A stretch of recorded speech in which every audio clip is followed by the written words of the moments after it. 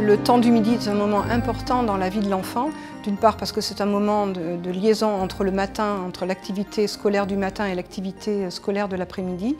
C'est un moment également où il prend son repas.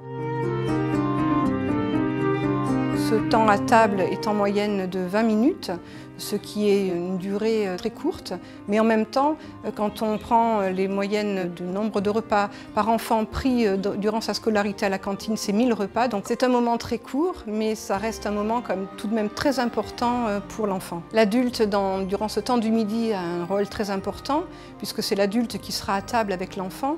Donc effectivement, si un adulte n'aime pas un aliment, c'est très difficile pour lui de donner le goût de cet aliment à l'enfant. C'est difficile pour moi souvent de savoir quelle quantité je dois mettre dans les assiettes des enfants. Soit j'en mets beaucoup, soit j'en mets pas assez. Il y a des enfants qui ne veulent pas goûter. Donc c'est pas évident de connaître vraiment la quantité qu'un enfant devrait avoir dans son assiette. Il y en a qui mangent bien, qui vont encore le servir. Souvent je leur donne 2 grosses cuillères pour qu'ils goûtent déjà et qu'ils aient à peu près pour moi une portion correcte. Pour faire goûter de nouveaux aliments aux enfants, je leur sers une cuillère. Je me sers une cuillère moi-même pour montrer l'exemple, mais ça ne fonctionne pas toujours. À la cantine, quand les primaires et les maternelles sont mélangés, il y a beaucoup de bruit. Mon groupe d'enfants est agité, souvent en fin de semaine ou début de semaine. C'est très fatigant pour tout le monde. Pour renouer les liens entre les encadrants et les enfants, il est important d'impliquer l'enfant. On peut élire un délégué de cantine qui sera le relais entre les encadrants de la restauration scolaire et la classe. Il pourra expliquer les menus de la semaine auprès de ses camarades et faire remonter les idées, les envies et les avis des enfants auprès du personnel de la cantine. L'enfant peut également participer à la commission de menu. La commission de menu est une réunion en général qui a lieu tous les 3 mois. Elle a pour objectif de modifier des éléments par rapport aux recommandations du référentiel de restauration collective et elle permet également de modifier les menus si besoin. À cette réunion sont présents le conseiller municipal, les agents de la restauration scolaire dont le chef de cuisine, le diététicien, les parents d'élèves et éventuellement le prestataire de service si la ville passe par une société de restauration. D'autres moyens existent pour renouer les liens entre l'enfant et les encadrants de la restauration scolaire. Bonjour les enfants. Pour renouer les liens avec les enfants, il existe des techniques simples pour capter leur attention. Ce qu'on peut faire déjà, c'est dire bonjour, sourire. C'est le premier contact pour accueillir les enfants. Ensuite, on propose de mettre en place des règles de vie, qu'ils soient dans la cantine ou dans la cour, une manière pour eux de participer aux règles de vie. On essaye d'entretenir une dynamique de discussion pendant le repas par l'intermédiaire de petites astuces. Par exemple, si on est à table, c'est parler de ce qu'ils ont fait la veille chez eux ou pendant les vacances, s'ils font un sport.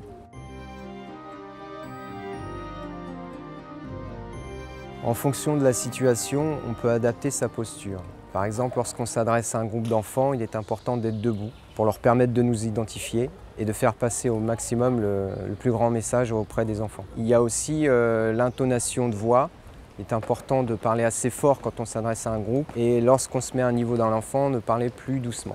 En cas de conflit, ce qu'on peut faire, c'est déjà prendre l'enfant, l'isoler, lui parler doucement, se mettre à son niveau, le regarder dans les yeux et lui rappeler les règles qu'on avait établies dès le départ pour qu'il prenne conscience de l'erreur qu'il a fait par rapport aux règles de vie.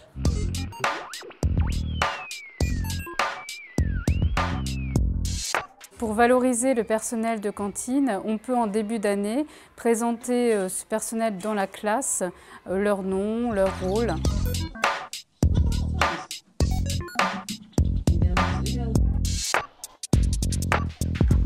On peut également expliquer le fonctionnement de la cantine aux enfants. Si nous sommes en liaison froide, les repas seront produits dans une cuisine externe et en liaison chaude, les repas seront livrés par un camion de la même manière. S'il s'agit d'un self, on peut expliquer le fonctionnement, le choix des entrées, le choix des desserts, éventuellement des viandes et des légumes. On peut aussi présenter aux enfants la charte de bonne conduite en début d'année, la leur faire signer journée. Dans cette charte, on présente l'attitude à avoir avec le surveillant sur le temps du midi et aussi avec les copains.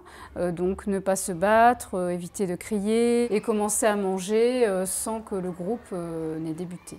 Une autre astuce pour valoriser le personnel du temps du midi est d'organiser des rencontres entre les groupes d'enfants avec ce personnel sur des temps choisis, comme des animations dans le restaurant ou sinon des ateliers cuisine. On peut aussi accrocher dans la salle de restauration une photo de l'équipe de restauration.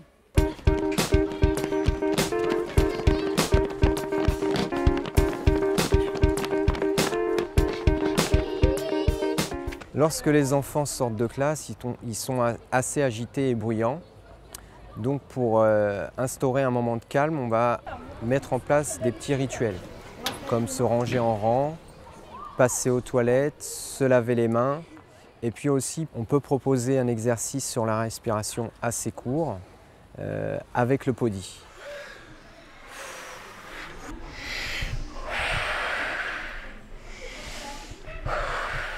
Lorsque les enfants arrivent, on attend qu'ils s'installent tous à table, qu'ils soient bien assis pour que l'animateur lise le menu et ainsi ensuite on peut commencer à manger.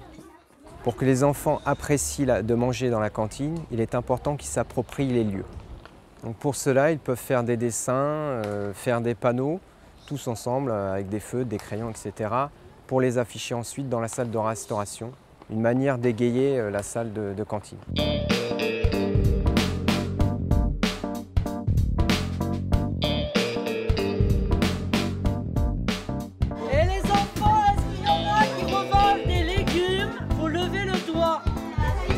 Il y a des barquettes qui sont vides, j'ai vu sur les tables. Il y a 3 raisons pour lesquelles les enfants n'aiment pas les légumes. La première raison est que les légumes sont très peu rassasiants. Ils calment très difficilement les sensations de faim. Deuxième raison pour laquelle les enfants n'aiment pas les légumes, c'est que très souvent, en tout cas une grande majorité d'aliments, présentent un goût désagréable en bouche. Par exemple, on a oublié, nous en tant qu'adultes, mais les courgettes peuvent sembler très amères aux enfants les premières fois qu'ils les goûtent. Troisième raison du rejet des légumes, c'est que les enfants au XXIe siècle vivent dans un univers alimentaire hyper transformé par l'industrie agroalimentaire. Les aliments sont présentés avec du packaging, de la marque, de la publicité à la télévision. Or, les légumes n'ont pas tout cet entourage. Ils sont souvent proposés aux enfants de façon brute. Ce rejet des légumes, même s'il existe pour tous les enfants, est plus fort chez certains enfants par rapport à d'autres enfants. 3 raisons expliquent cette différence entre enfants. La première, celle à laquelle vous pensez le plus souvent, est celle des habitudes familiales. Et il est vrai que dans les familles dans lesquelles on propose très peu de légumes, eh bien l'enfant a plus de mal à consommer parce qu'il n'a pas appris à le faire à la maison. Mais ce n'est pas la raison la plus importante. La deuxième raison est celle du degré de néophobie. Même si tous les enfants passent par une phase normale lors de laquelle ils ont du mal à goûter les aliments qu'ils ne connaissent pas, et notamment quand c'est des légumes, certains enfants sont plus néophobiques que d'autres, ont plus de mal à goûter ces aliments inconnus. Et c'est dû à leur tempérament un peu anxieux, un peu inhibé par exemple. Dernière différence entre enfants, c'est qu'il existe des enfants qui sont plus sensibles au goût des aliments, aux odeurs des aliments. Et ça, c'est dû à leur patrimoine génétique. C'est pas une question d'expérience, c'est pas une question d'habitude familiale, mais génétiquement, certains enfants sont très sensibles au goût et aux odeurs. Et pour cette raison, c'est très difficile pour eux, en tout cas plus difficile pour eux que pour les enfants qui sont moins sensibles, d'apprendre à aimer les aliments forts en goût, comme les légumes. Il existe des astuces pour aider les enfants à dépasser leur dégoût, leur refus de goûter les aliments. La première astuce, celle qui marche le mieux, c'est celle de la consommation répétée. Plus souvent un enfant goûtera-t-il un aliment, plus cet aliment sera apprécié. C'est-à-dire que le plaisir augmente au fur et à mesure des consommations. C'est quelque chose que vous avez dû rencontrer au cours de votre vie d'adulte. Par exemple, c'est comme ça que vous avez aimé apprécier le café. À force de le goûter, petit à petit, il est devenu de plus en plus agréable pour vous. Deuxième astuce, on se rappelle que les enfants n'aiment pas les produits qu'ils ne connaissent pas. Donc il faut leur donner des informations sur ces produits. Alors, les meilleures informations à donner sont celles qui concernent le goût de l'aliment. Vous parlez à l'enfant de ce qu'il va ressentir quand il va goûter l'aliment et c'est déjà une manière de rendre cet aliment un peu familier, de préparer l'enfant à ce qu'il va ressentir en mangeant cet aliment. Troisième astuce. Une autre manière de donner de l'information à l'enfant sur ce qu'il va manger, c'est de manger cet aliment devant lui. Les enfants sont très sensibles aux mimiques que vous allez émettre, aux réactions de l'adulte qui goûte devant lui. Il se dit, si cette personne que je connais aime l'aliment, alors très certainement je risque de l'aimer moi aussi. La quatrième astuce, c'est qu'il y ait une bonne ambiance à table. On sait que ça booste l'effet de consommation répétée. Si vous mangez de façon répétée un aliment dans un contexte sympathique, alors cet aliment sera vraiment de plus en plus apprécié. Donc une façon de faire avec les enfants à la cantine, c'est de leur demander de goûter. Comme ça, on prépare la consommation répétée, mais dans une ambiance sympathique, c'est-à-dire qu'il faut demander à l'enfant de goûter, mais pas de manière autoritaire. C'est une règle, elle n'est pas négociable, tu goûtes et voilà, ça suffit. Si vous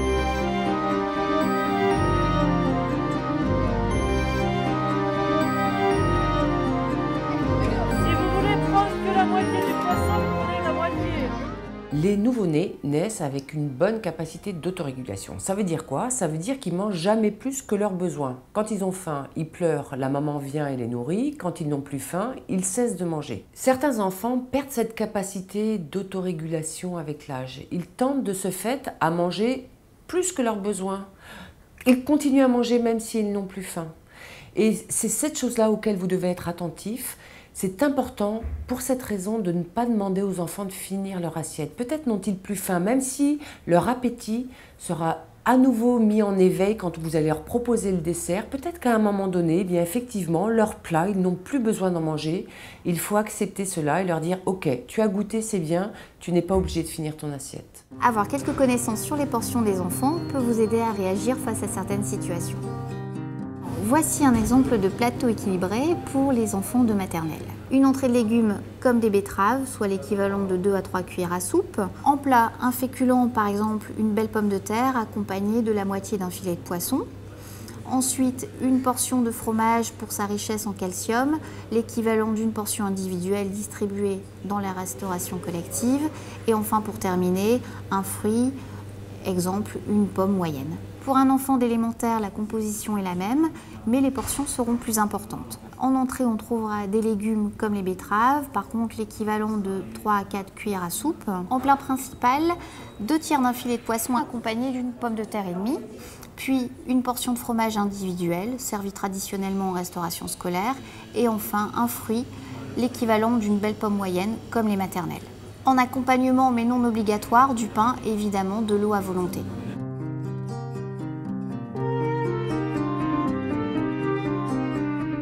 Entre ces deux plateaux, lequel est le plus riche? Le plateau A est aussi riche que le plateau B, même si le plateau B comporte plus d'éléments. Ils ont en fait le même nombre de calories. On dit qu'ils ont la même densité énergétique. Lequel de ces deux plateaux est le plus intéressant d'un point de vue nutritionnel? Il s'agit du plateau B qui possède la densité nutritionnelle la plus importante, c'est-à-dire qu'il contient plus de vitamines et de minéraux indispensables à l'organisme. Cela s'explique notamment par la présence de légumes en entrée et en accompagnement du plat principal, ainsi que la présence d'un dessert, ici représenté par un laitage. Lorsqu'on ne sait pas comment agir devant un enfant qui mange trop ou à l'inverse un enfant qui ne mange quasiment rien, quelques recommandations peuvent être suivies et peuvent servir de repère. Pour l'enfant qui a très faim, s'il se sert lui-même, il doit s'engager à se servir des portions raisonnables et manger ce qu'il s'est servi. Si le pain est en libre service, il doit éviter de manger du pain avant de commencer son repas. Il doit attendre avant de se resservir que la table ait fini de manger. Enfin, la règle de base à ne pas oublier, c'est de prendre le temps de manger et de bien mastiquer les aliments. Dans le cas de l'enfant qui a peu faim, lui servir de petites quantités afin qu'il mange de tout et enfin ne pas le forcer à finir son assiette. Vous constaterez souvent dans les cantines qu'il y a des enfants qu'on pourrait appeler des gros mangeurs et d'autres qu'on pourrait appeler des petits mangeurs. À quoi cela est-il dû? Eh bien, les gros mangeurs sont souvent des enfants qui se dépensent énormément, notamment dans la cour de récréation. Et de ce fait, ils ont besoin de manger plus que les autres enfants. Ces gros mangeurs S'ils sont attentifs à leurs signaux internes de faim et de satiété, il n'y a pas de problème pour eux. Ils ne deviendront pas gros. Et les petits mangeurs sont souvent des enfants qui sont un peu moins actifs, qui se dépensent moins pendant les cours de récréation, des enfants aussi qui sont moins excités, moins intéressés par la nourriture. Et pour eux, tant qu'il n'y a pas de problème de sous-poids, il faut aussi respecter leur petit appétit.